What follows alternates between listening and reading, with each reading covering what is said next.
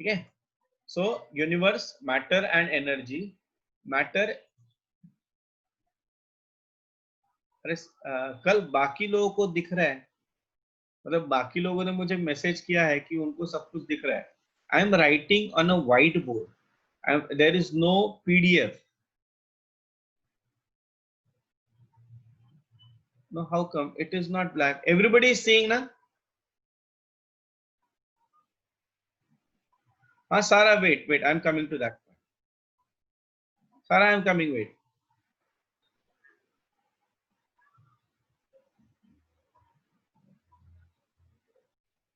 In your word, Sarah, universe also consists of dark matter.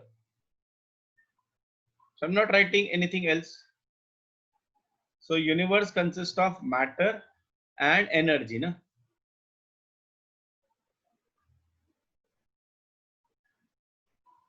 So Kal, just wait for some time. You will have a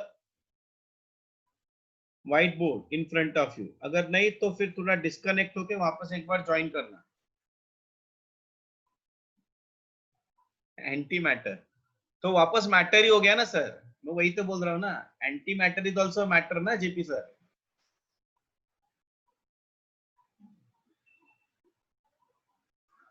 Okay, so physical classification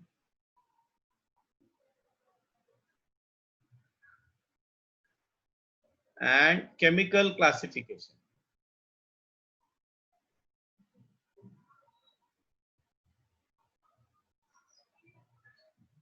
Okay, now when I'm talking about physical classification, we have solid, liquid and gas. So I don't want to discuss detail about this. इसको हम लोग और तीन इसमें classify कर सकते हैं, solid, liquid and gas. Okay,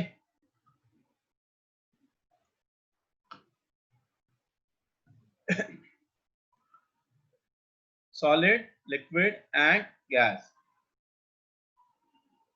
हाँ, प्लाज्मा, होल्ड ऑन, हम लोग जो फिजिकल क्लासिफिकेशन देख रहे हैं that is eight normal temperature, okay, which exist on, हाँ हाँ हाँ हाँ हाँ जेपी सर पता है मुझे, plasma, Bose, Einstein, but are they existing at normal temperature? Punit, JP, no, so we are talking about the physical classification at normal temperature. Okay, सो जो normal temperature पे, बिकॉज कैसा है कि जितने भी अपने केमिकल रिएक्शन चलते हैं वो कौन से टेम्परेचर पे चलते हैं, those that temperature range is from 0 degree Celsius, sometime lower than that, to maximum 1000। बहुत कम रिएक्शंस है जो अबाउ 1000 पे चलते हैं। And plasma and boss Einstein, ये जो कंडेंसेट जो मैटर्स है, दे प्लाज्मा तो वेरी हाई टेम्परेचर की require, something around 10⁻⁷ 10⁻⁸ degree Celsius की require. Okay, I don't know. I really don't know much about the Bose-Einstein condensate because I never, मतलब उसके बारे में सुना है सिर्फ मैंने, डिटेल में नहीं पढ़ा है। Okay, Bose-Einstein condensate -273, that is absolute zero ना, जहाँ पे वॉल्यूम जीरो होता है, volume of gas is zero. Okay, हाँ, so we are talking about those reactions, मतलब हम लोग केमिस्ट्री के हिसाब से देखें ना। सो और एक चीज मैं केमिस्ट्री के बारे में बताना चाहता हूँ, वो है ये है कि जब भी कोई थियरी प्रपोज की जाती है तो उसका एक्सपेरिमेंटल वैलिडेशन होना जरूरी है, तो ही वो थियरी एक्सेप्टेड होता है। फिजिक्स में ऐसे नहीं होता है। फिजिक्स में ऐसे होता है ना कि आप मैथमेटिकली इसको प्रूव करो, मैथमेटिक्स में तो obviously the concepts are different, chemistry में ऐसा नहीं। सो बहुत बार ऐसा होता है, many times what happen, a theory is proposed by some scientist, but experimental determination में it was observed that that theory was wrong, rather that theory is not applied to that experimental results, so फिर उसमें से नया theory originate होता है। इसलिए chemistry में जब भी कोई थियरी आएगा इन फ्यूचर, याद रखना, केमिस्ट्री में कोई भी थियरी आएगा, always there are some limitations to that theory, always.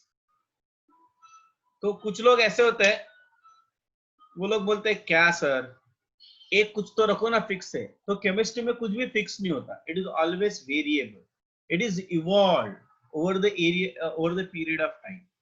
Okay, so अभी भी chemistry is an evolution phase. कैसे होते, अलग अलग नए कंपाउंड्स बन रहे, नए कंपाउंड्स बन रहे।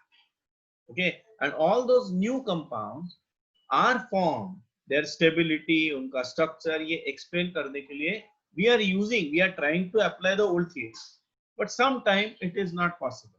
सो ये याद रखना, केमिस्ट्री का वो कैरेक्टरिस्टिक है कि कोई भी थियरी जब आएगा तो उसका लिमिटेशन हमेशा रहेगा। अच्छा, वो लिमिटेशन, बट वो कभी भी आउटडेटेड नहीं होता। इसलिए इस चैप्टर में कुछ लॉज है जो 200-300 साल पुराने हैं। ओके, वैसे देखा जाए तो they are now outdated, but still we are studying those laws, because वो लॉज पढ़ने के बाद मुझे ये क्यों आया, नेक्स्ट स्टेप क्यों आया, नेक्स्ट स्टेप क्यों आया, ये पढ़ना जरूरी होता है। ठीक है, सो ये हो गया solid, liquid and gases.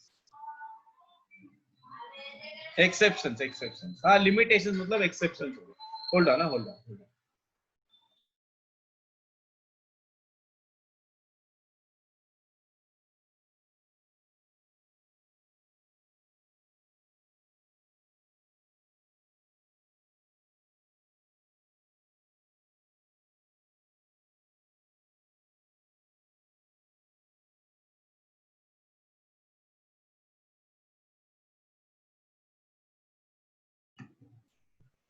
So now let us go for the chemical classification. So solid, liquid, gas के बारे में in general अगर मुझे बताना है, then how will you say that? Solid के characteristic क्या है?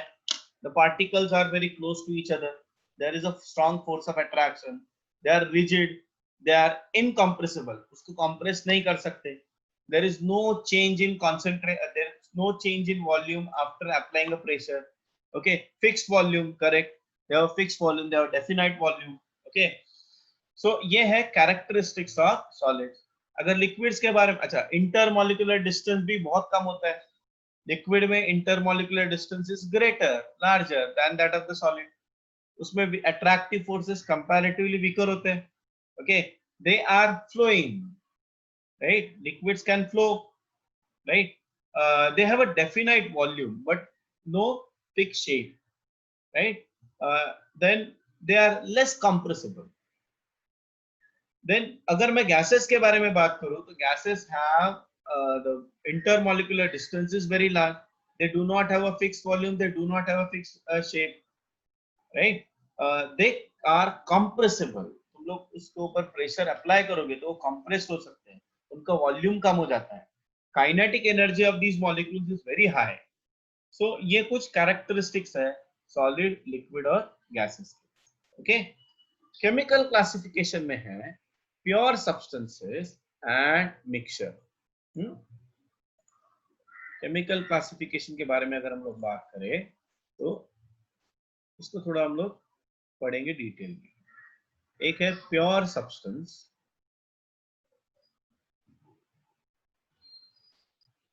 And the second one is mixture. ठीक है, now when I talk about pure substance, तो pure substance में क्या आएगा? There are two more part pure substance में। one is element and the second one is compounds. So जरा बोलो elements क्या होते हैं? What do you mean by elements? Elements क्या होते हैं? What do you mean by elements? These are the pure substances containing only one kind of atom, right? Pure substances containing one kind of atom. Okay, containing one kind of atom. ठीक है, अभी इसमें भी 3 part होते हैं. One is metal, second one is non-metals, right, and third one is metalloids.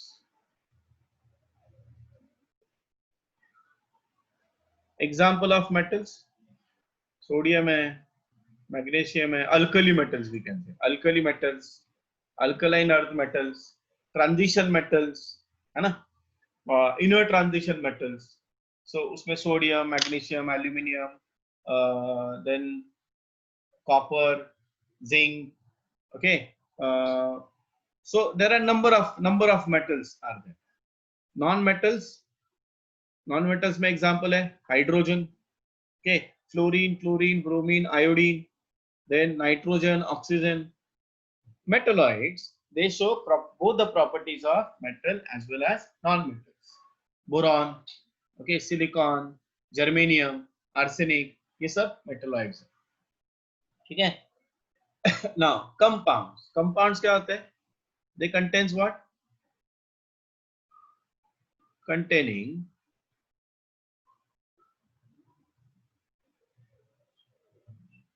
two or more kind of atoms.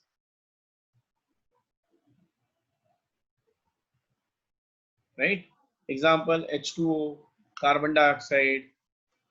So बहुत सारे examples है, right? There are many examples of compounds. ठीक है? Now compounds are further classified into organic compounds and inorganic compounds. Compounds are further classified into organic compound. Organic compounds are those compounds which contains carbon, hydrogen and oxygen, mainly carbon, hydrogen. And inorganic compounds. ठीक है, समझ में आया? तो ये हो गया chemical classification. Next is what? Mixture. Mixture में क्या होगा? It is a consist of we can say 2 or more substances are mixed together. क्या है? 2 or more substances or compounds are mixed and they are not mixed in a fixed ratio. Remember that. उनका ratio fix नहीं होता, वो variable होता है. ये mixture में जो एलिमेंट्स है, कंपोनेंट्स है, उसको हम लोग इजीली सेपरेट कर सकते हैं. ओके, कंपाउंड्स में जो एलिमेंट्स है they are combined in a fixed ratio और उनको सेपरेट करने के लिए अलग अलग मेथड्स लगते हैं. समझ में आया? Okay, no need to write this part, just try to understand this. ठीक है, ये समझ में आया? This is the classification of what? Universe and matter के बारे में हम लोगों ने पढ़ा. ठीक है. नाउ मिक्सचर में again we can further classified it. इसको हम लोग और आगे जाके क्लासिफाई कर सकते हैं. That is homogeneous mixture. So homogeneous mixture क्या होगा? होमोजीनियस मिक्सचर मतलब it has one phase.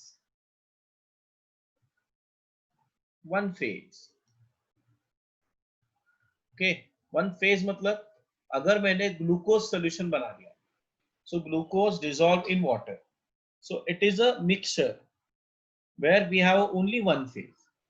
But अगर समझो मैंने ऑयल एंड वाटर मिक्स किया, then it is a mixture, but now we have two different layers, so we can say one phase or one layer. Well, heterogeneous में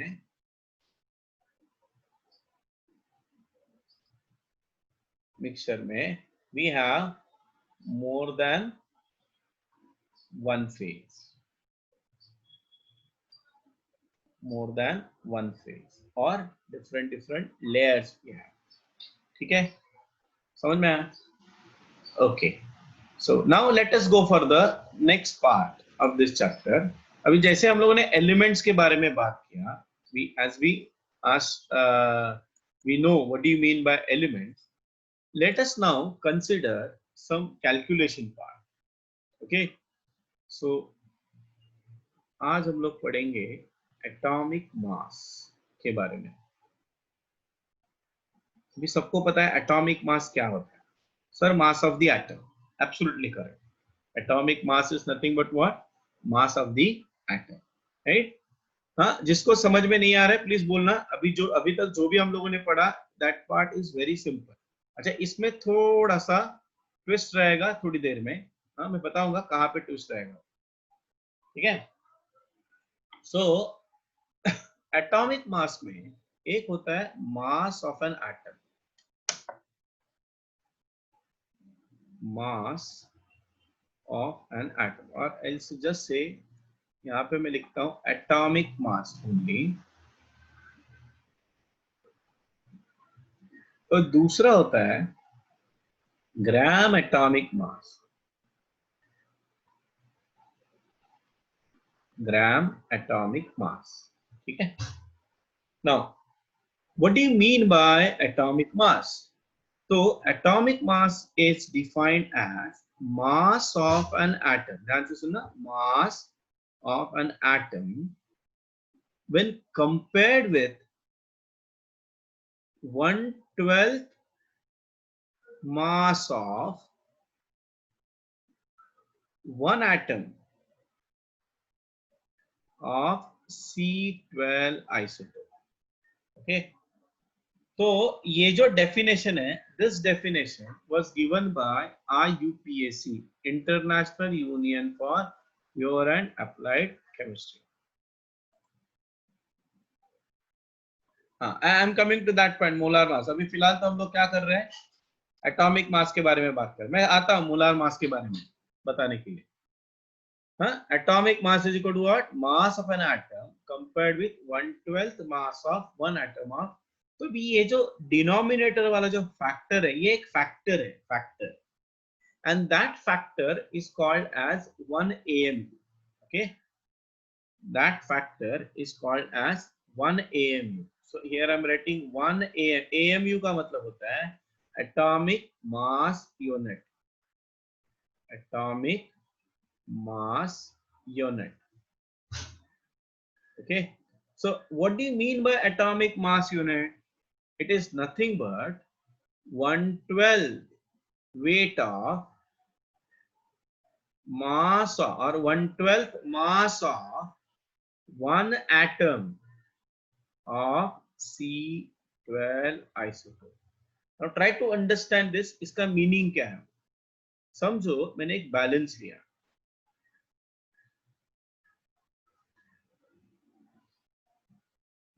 ठीक, ऐसे balance लिया मैंने, ठीक है, और यहाँ पे मैंने ऑक्सीजन एटम को डाल दिया। तो जैसे मैं ऑक्सीजन एटम का डाल दूंगा ये नीचे जाएगा ना।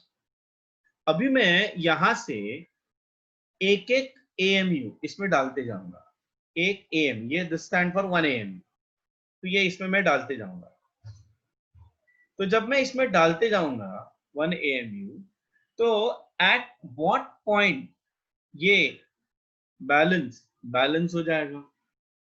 तो इट वाज ऑब्जर्व दैट कि जब मैं ऐसे 16 यूनिट्स ऐड करूंगा, कितने, हाउ मेनी यूनिट, 16 यूनिट्स जब मैं ऐड करूंगा, तो ये क्या हो जाता है? बैलेंस हो जाता है।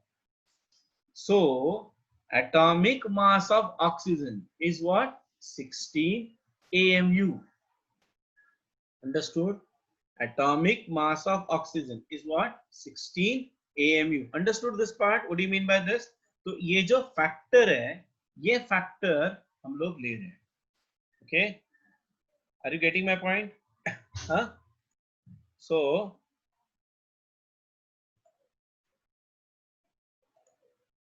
Here I am writing now, ध्यान से देखो।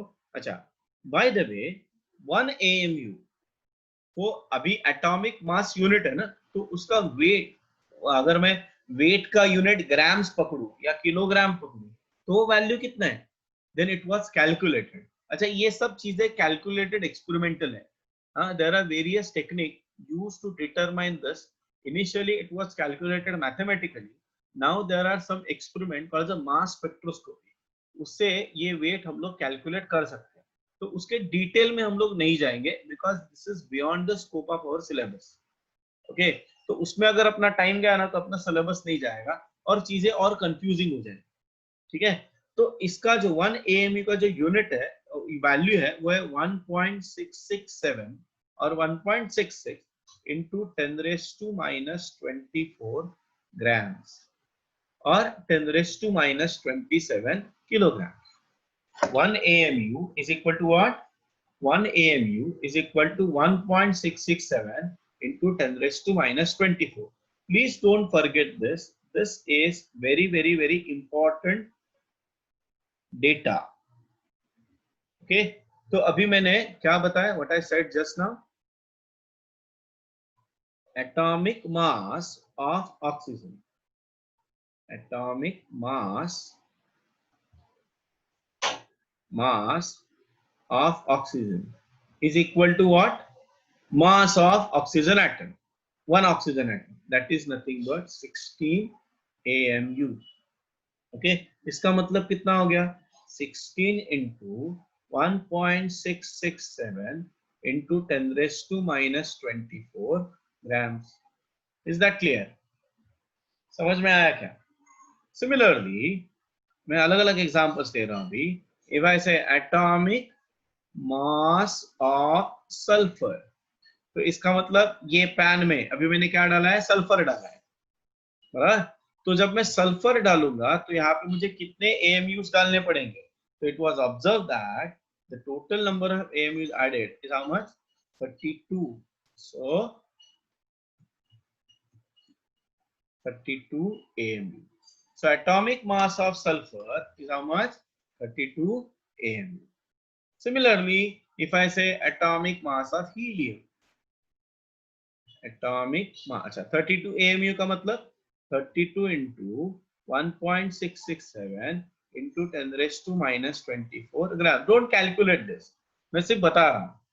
Similarly, atomic mass of helium, that is 4 AMU, is equal to 4 into 1.667 into 10⁻⁻24 grams. Is that clear? समझ में आया सबको? तो ये हो गया एटॉमिक मास के बारे में, है ना? What is this? Atomic mass. Now इसमें एटॉमिक मास में और एक चीज मैं ऐड करना चाहता हूं. अच्छा, पहले मैं ग्राम एटॉमिक मास एक्सप्लेन करता हूं, then I will add that thing over here. ठीक है? Now what do you mean by gram atomic mass? Gram atomic mass का मतलब होता है, ध्यान से सुना, ग्राम एटॉमिक मास का मतलब क्या है? It is nothing but mass of 1 mole of an element. Now, what do you mean by 1 mole? 1 mole का मतलब होता है mass of 6.022 into 10⁻23 atoms of that element. अभी ये 6.022 और 23, कुछ बुक्स में 22 दिया है, कुछ बुक्स में 23 दिया है, इंटू 10⁻23. ये क्या है? इसको बोलते हैं एवोगाड्रोस नंबर. इसके बारे में हम लोग आगे जाके पढ़ेंगे. Okay, so Avogadro's number is equal to what? 6.022 into 10⁻23 particles. तो 1 मोल का मतलब क्या होता है? 6.022 into 10⁻23 particles. Understood? Now, mole is not a short form of molecule. Remember that. Mole is a mole. जैसे डजन होता है वैसे मोल है ये. हाँ, इसके बारे में हम लोग आगे जाके पढ़ेंगे. और ये मोल ना तुम लोग को पूरे 2 साल सताएगा. मतलब जब तक केमिस्ट्री पढ़ोगे ना तब तक ये मोल तुम लोग को सताएगा. अंडरस्टूड? यस. सो समझ में मैंने क्या बोला? Gram atomic. अच्छा, somebody asked me, sir molar mass क्या होता है? तो this is called as molar mass. Molar mass मतलब mass of 1 mole of substance, 1 mole of element. जब मैं एटॉमिक मास की बात करता हूं तो उसमें एलिमेंट है. क्लियर? तो हाउ दिस ग्राम एटॉमिक मास और ये एटॉमिक मास अलग है, ये भी हम लोग देखते हैं।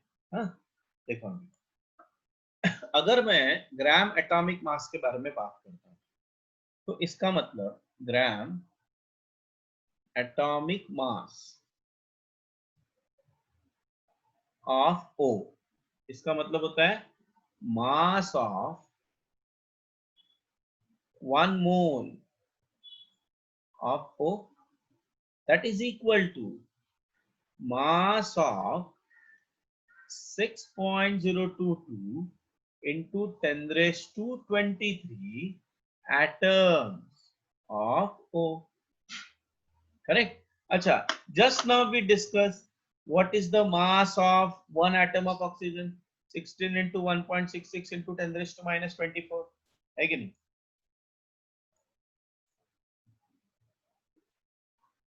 ठीक है, तो मैं क्या लिखूंगा अभी, तो इतने एटम्स का मास कितना होगा, शायद right 6.022, I'll write this way, एक एटम का मास कितना है 16 multiplied by 1.66 into 10 raised to minus 27, sorry 24 grams में कर रहा है, मल्टीप्लाइड ये एक एटम का होगा, तो इतने एटम्स का मतलब 6.022 into 10 raised to 23 का कितना होगा। तो जरा किसी के पास कैलकुलेटर वगैरह रहेगा तो मुझे जरा कैलकुलेट करके बताओ ये आंसर, एक जन बताओ कोई तो। हाँ मैं नाम ले लूं क्या, अच्छा वो जेपी सर, जेपी सर जरा कैलकुलेटर है तो बताओ जरा वैल्यू कितना आता है। अभी जेपी सर है मैडम है मेरे को पता नहीं,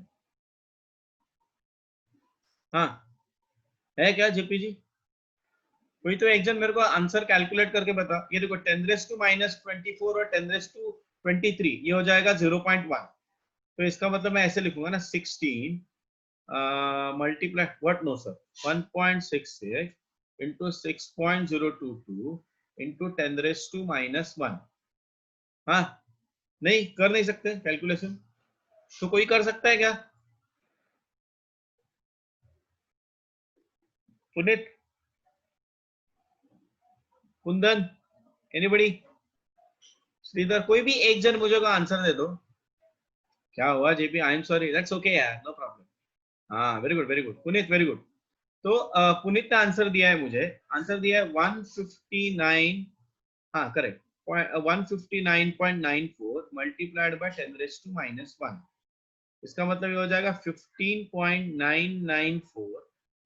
अगर मैं ये अप्रोक्सीमेशन राउंड अप करूं तो आंसर कितना आ रहेगा 16, इसका यूनिट देखना ग्राम पर मोल। हाँ Puneet thank you very much, JP ठीक है समझ में आई है।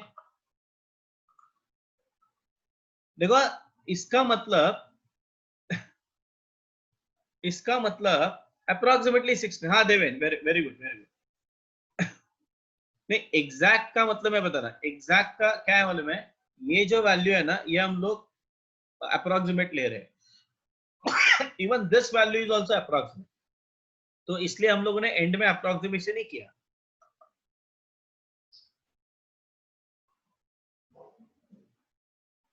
अरे सर ये देखो ना, ये 10 रेज़ टू माइनस 24 है और ये 10 रेज़ टू 23 है, ये दोनों का क्या हो जाएगा बताओ, इसका क्या हो जाएगा बोलो ना। मैं यहाँ पे लिखता हूँ 10 रेज़ टू माइनस 24, अरे कैलकुलेटर की जरूरत ही नहीं ना, लॉज है अपना। हाँ फिर क्या 10 रेज़ टू 23 हो गया, तो ये कितना हो जाएगा 16 into 1.66 into 6.022 into 10 raise to minus 1, that's it. अभी ये थोड़ा अप्रोक्सीमेट करो, ये 6 ले लेना, हाँ ये 1.6 है ये 16 है, तो इसको अप्रोक्सीमेशन कर देना तो हो जाएगा, उसके लिए कैलकुलेटर की जरूरत नहीं है, बट अप्रोक्सीमेटली कितना आएगा 16 ग्राम पर मोल। अभी ध्यान से देखना, ग्राम एटॉमिक मास ऑफ ऑक्सीजन कितना आया 16 ग्राम पर, और एटॉमिक मास ऑफ ऑक्सीजन कितना आया 16 am, दोनों वैल्यू सेम है बट ये दो अलग अलग चीजें हैं। इसका यूनिट है एटॉमिक मास यूनिट और इसका यूनिट क्या है ग्राम पर मोल। अगर वो दिया नहीं है, मतलब अगर वो दिया नहीं है तो depending upon the problem requirement we will follow. अगर हम लोग केमिकल रिएक्शंस में खेल रहे हैं तो वो लेना ग्राम्स पर मोल, और अगर हम लोग एलिमेंट और कंपाउंड्स के लिए खेल रहे हैं तो हम लोग एएमयू लेंगे। ठीक है, और एक एग्जांपल बताता हूँ, देखो तुम लोग कैलकुलेट करके बताना मुझे। Gram atomic mass of sulphur is equal to, क्या लिखूं मैं, mass of 1 mole of sulfur, that is equal to what, mass of 6.022 into 10 raised to 23 atoms of sulfur। तो इसका मतलब क्या हो गया बोलो, 32 atomic mass into 1.667 into 10 raised to minus 24, ये क्या हो गया, mass of one atom of sulfur multiplied by 6.022 into 10 raised to 23, बराबर है। तो मैं क्या लिखूंगा, 32 multiplied by 1.66 into 6.023 10 raised to minus 24 और 10 raised to minus 20, 10 raised to 23 कितना हो जाएगा, 10 raised to minus 1 हो जाएगा। ये बोलो कितना आएगा जरा प्लीज फास्ट, कोई भी एक जन बोलो। यस यस यस, सो ये आंसर किसने दिया है मुझे, वो है 31.988। so may I write approximately 32, हाँ वेरी गुड, 32 ग्राम पर मोल। क्लियर। तो इंटरेस्टिंग चीज क्या देखी हम लोगों ने कि वैल्यू सेम होता है, एटॉमिक मास, ग्राम एटॉमिक मास देखो वैल्यू सेम होगा, उसके यूनिट से पता चलता है कि वो ग्राम एटॉमिक मास है या सिर्फ एटॉमिक मास है। Understood everybody? यस। एक लास्ट पॉइंट जाते जाते मैं तुम लोग को एक्सप्लेन करता हूँ, then will stop. That is called as average atomic mass.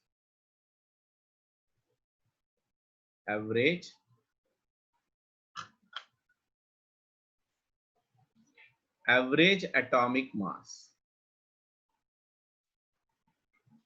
तो ये जो एवरेज एटॉमिक मास होता है ना, it is nothing but it is actually based on the relative abundance of the isotopes. Okay, it is based on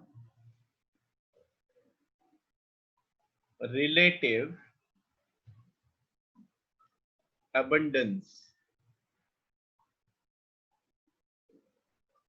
of isotopes of an element, right? So isotopes क्या होते हैं, यहाँ पे मैं लिखता हूं नोट। आइसोटोप्स का मतलब क्या होता है, atoms of same element, atoms of same element with same atomic number, same atomic number but different mass number, called as what, isotope, right? Correct. So in that case we are, मतलब देखो ना, ऐसा है कि there are certain elements, suppose मैंने बोलूं an element A has two isotopes, isotope 1 and isotope 2। तो इसका एटॉमिक मास है m1 और इसका एटॉमिक मास है m2, बट दोनों का परसेंटेज, रिलेटिव एबंडेंस और फ्रैक्शन ये अलग अलग है नेचर में। सो दिस इज, समझो ये ऑब्जर्व हो रहा है x परसेंट एबंडेंस, और ये है y percent of abundance. Then average atomic mass, average atomic mass को हम लोग लिखेंगे AAM, average atomic mass is equal to x into m1 plus y into m2 divided by x plus y. Understood? Okay, average atomic mass is equal to what? X into m1 plus y into m2 divided by x plus y. Let us take one example. एक example लेते हैं. यहां तक समझ में आया सबको? Average atomic मास मतलब it is actually based on the relative abundance of the isotopes of an element. ठीक है? हाँ, अभी एग्जाम्पल देखो. क्लोरीन के दो आइसोटोप्स होते हैं. एक होता है क्लोरीन 35 और उसका जो रिलेटिव एबंडेंस इन नेचर है 75%. एबंडेंस मतलब नेचर में क्लोरीन के 35 के आइसोटोप्स कितने हैं? 75%. और क्लोरीन 37 is another isotope जिसका abundance है 25%. ऐसा हर एक एलिमेंट का होता है. तो what is the average atomic mass of chlorine? तो क्या करेंगे हम लोग? 75 multiplied by 35 plus 25 multiplied by 37 divided by total percentage क्या होगा? 75 प्लस 25. इसको अगर तुम लोग सॉल्व करोगे तो जो आंसर आएगा वो आंसर है 35.5. समझ में आ रहा है? अच्छा, इसका यूनिट डिपेंड्स कि इसका यूनिट क्या है उसके ऊपर है. अगर उन्होंने इसका यूनिट AMU दिया है तो ये भी AMU हो जाएगा. अगर ये उन्होंने ग्राम पर मोल दिया है तो ये भी क्या हो जाएगा? ग्राम पर मोल हो जाएगा. Understood? This is called the average. इसलिए देखो ना, क्लोरीन के लिए हम लोग 35.5 लिखते हैं. ऐसे बहुत सारे एलिमेंट्स है जिसके लिए हम लोग क्या लिखते हैं? ऐसे फ्रैक्शनल वैल्यूज आता है. And that fractional value is because of why relative abundance of the element. Abundance मतलब अवेलेबिलिटी इन नेचर. ओके, किसी को कुछ पूछना है? Any doubt? हाँ, ये फॉर्मूला लिख लो जरा. ये राइट डाउन, ये पूरा लिख लेना. ये मैं शेयर करता हूँ ग्रुप पे वैसे भी, बट कैसे होता है कि फॉर्मूला जो होता है थोड़ा लिखोगे ना तो याद रह जाता है. और ये एग्जाम्पल भी लिख लेना.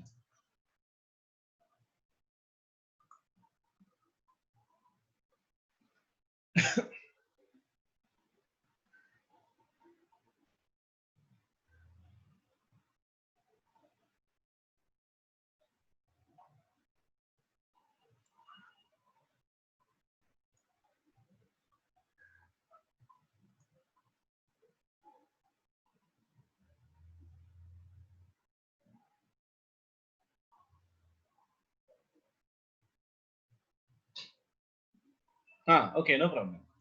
So average atomic mass is nothing but the atomic mass of various isotope. Atomic mass of various isotope of an element with respect to their relative abundance. So isotope मतलब मैंने क्या बताया? They have a same element with say atoms of the same element with the same atomic number but different mass number. ठीक है? So अगर मैं बोलूं there is an element A which has two isotope, isotope 1 and isotope 2. isotope 1 का atomic mass है M1 और isotope 2 का atomic mass है M2. But the relative abundance of isotope मतलब in nature isotope 1 is available in X percentage or isotope 2 Y, or I can say also this way, the ratio of finding of isotope 1 and isotope 2 is X is to Y. ये भी सही है. ठीक है? तो what is the average atomic mass? So average atomic mass is equal to X relative abundance of isotope 1 multiplied by its isotopic mass, that is M1, plus Y, average ले रहे हैं हम लोग, average. So we are taking average. So total mass of that all the isotopes divided by the total percentage available. So x into m1 plus y into m2 divided by x plus y. So if we talk about chlorine, chlorine 35 75% available है, chlorine 37 25% available है, इसलिए average atomic mass of chlorine कितना आएगा 35.5 आएगा. ठीक है, ऐसे बहुत सारे एग्जांपल हैं, बट अभी अपने पास टाइम नहीं है, so will stop over here, will continue in the next lecture.